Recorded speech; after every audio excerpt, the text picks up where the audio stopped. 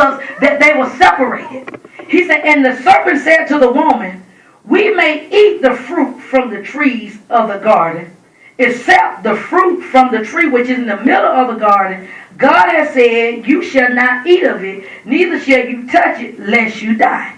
See, you got to understand, I want you to begin to think about what's the origin of your thoughts. You got to understand that your thoughts come from three places. Your thoughts come from you, your thoughts come from God, and your thoughts come from Satan. You got to understand that whenever you're looking at, even when you're looking at your problem, how are you looking at it? Are you looking at it in a negative way? How are you looking at your finances? How are you looking at your children? How are you looking at your family? How are you looking at your church? How are you looking at it? Because I want to submit to you how you looking at it showing who's controlling your mind. Because when we look at that situation in a negative connotation, you may say, well, that's just me. No. Because the way that God created us, He didn't create us to think negative. He gave us a choice. And so we got to understand that we're going to get delivered from us. You got to now look at the reason why I think the way that I think. Where did it come from? So if I look at it and say, well, women shouldn't be preachers, where did I get that from? See what I'm saying? Is that come from the way I was told, my upbringing? It had to come from somewhere, because even when I looked at, if I was brought up in a church where they say a woman shouldn't preach, but then when I read the Bible that when Jesus rose, He began to tell Mary, go tell the disciples that I have risen. So I understand that a woman can preach. But in my church where I was brought up at, it told me that a woman can't. See, you got to understand, your thoughts will drive you into being something that God never told you to be. Hear me? Because, see, even here, this is what the enemy was doing. He was putting a thought in Eve's mind, and he wanted Eve to question what God told her. See, because God told her, you can have, verse 3, you can have any tree of the field that you want except the tree of the garden of good and evil. That's what He said.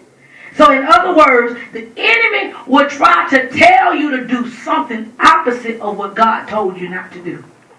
Verse 3 it says here, he says, verse 4 says, but the serpent said to the woman, you shall not surely die. See, because God had already told her, her and Adam, if you eat this tree from the tree of good and evil, you shall surely die. But look what Satan told her. But the serpent said to the woman, you shall not surely die. So the enemy was coming to make her contradict what God told her.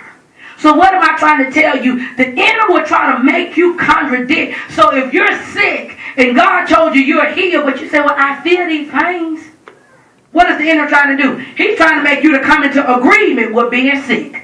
Come on here. If God told you you're debt free and you look at it, oh, you got more bills than you got money, your situation will try to get you to say, I'm broke, I'm over my head. And God said, no, I want you to see things the way that I see it. Because see, what the enemy wanted her to do, he wanted her to open up a door to deception. Because see, look at verse 5.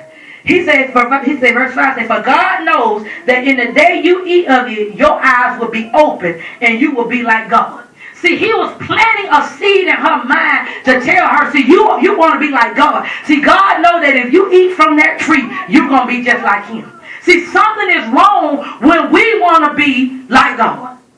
When God already told you you like Him. Something is wrong when the supervisor tells you to do something and you say, I'm going to do my own thing. See, what the enemy is doing is putting it in us to go up against authority. You see what I'm saying? See, you got to look deeper than what you see, because the enemy is playing with your thoughts to make you feel like you got a reason to feel the way that you feel. Because, see, it goes back to the text. If you are His children, how are you? Matter of fact, let's use like Ziona. How can Ziona, being 1 year old, tell Courtney, I want to eat some birthday cake today? She put a tray of food and she put a tray of cake. And so if Courtney just let Ziona get the cake, who's controlling who? Ziona is controlling. And so what I'm trying to show us is that we're telling God, I want to control my life. Because if God's saying, this is what I want you to be, I want you to go and help young women. And you saying, I got to make this money. Come on. I got to make sure I'm going to get all these things here. And I'm going to make sure, because I'm going to do this. I'm going to open up my business. And God's saying, this is what I call you to do. And you begin to go in your direction. What you're doing is you're going based on your thoughts. And you're leaving what God has called for you to do. You're not operating as a child. So what you're doing is you're rebelling. And so what we got to understand is your thoughts is whoever is controlling your thoughts is who's controlling you. And see, this is what the serpent was doing to Eve. He was trying to tell her, God know you ain't gonna die. He just wants you to be like him. And so what I'm trying to show you is that the enemy will want to make you be something that God have not called for you to be yet. What am I saying? Well, if I got a call to be a teacher, well, first I got to learn to be a disciple before I can be a teacher. But you know, we got people coming in. Well, I want to teach and I'm ready to walk in my gift. How can you walk in your gift if you don't first know how to serve? Come on here. If you first can't duplicate being a son, being a disciple of God, how can you teach something that you don't even know? And see, and that's what the enemy have robbed us with this spirit of pride. Because see, even when we opened up, that's what Eve was doing. She opened up the door to pride. She made herself higher than what she really was. Because the Bible said that he had told Adam. But see, the Satan came because he seen her undermining Adam. Heck, I want to be king. I want to be in charge. Not understanding, even as her husband got everything, she got everything. But in her mind, she wanted to be equal to where he was. And see, we got to understand, when we want to be equal and we want to tell God, this is what I want to be, we got to understand that we operate, not only do we operate in the spirit of pride, but we operate in the spirit of divination.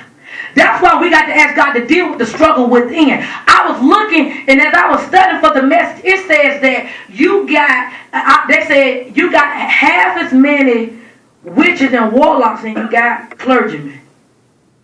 People that are ministers of the gospel, and they have estimated that in the next coming years you will have more witches and warlocks than you got of ministers of the gospel. You know why? Because you got people want to control. People don't want to submit to authority. People want to be God. Well, I'm just as good as you. I put my pants on like you do. Now understanding, when we size ourselves up to authority, you have already left God.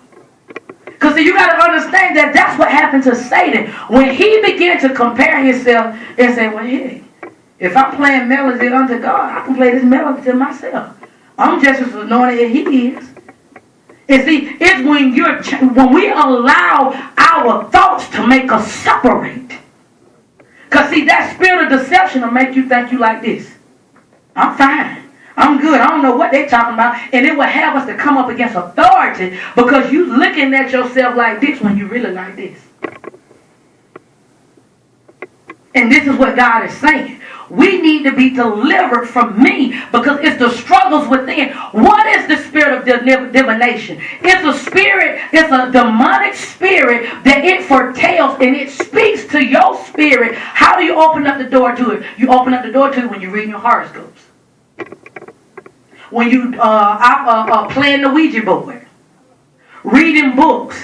Reading demonic books, even watching movies, playing video games. All these witches and wizards, all this murder. See, it opens up the door. Even your fortune cookie. You're letting that cookie tell you what kind of day you're going to have. You got some people get up and read their horoscope like they're reading the Bible. You got to understand the enemy does this because he do not want us to listen to God. He wants us to feel like you your own God. You don't have to submit to anybody. See, God is looking for a people that would display him on the earth. What am I saying? So even when I go to work, I'm not supposed to look like Elisa. I'm supposed to look like Jesus in the earth.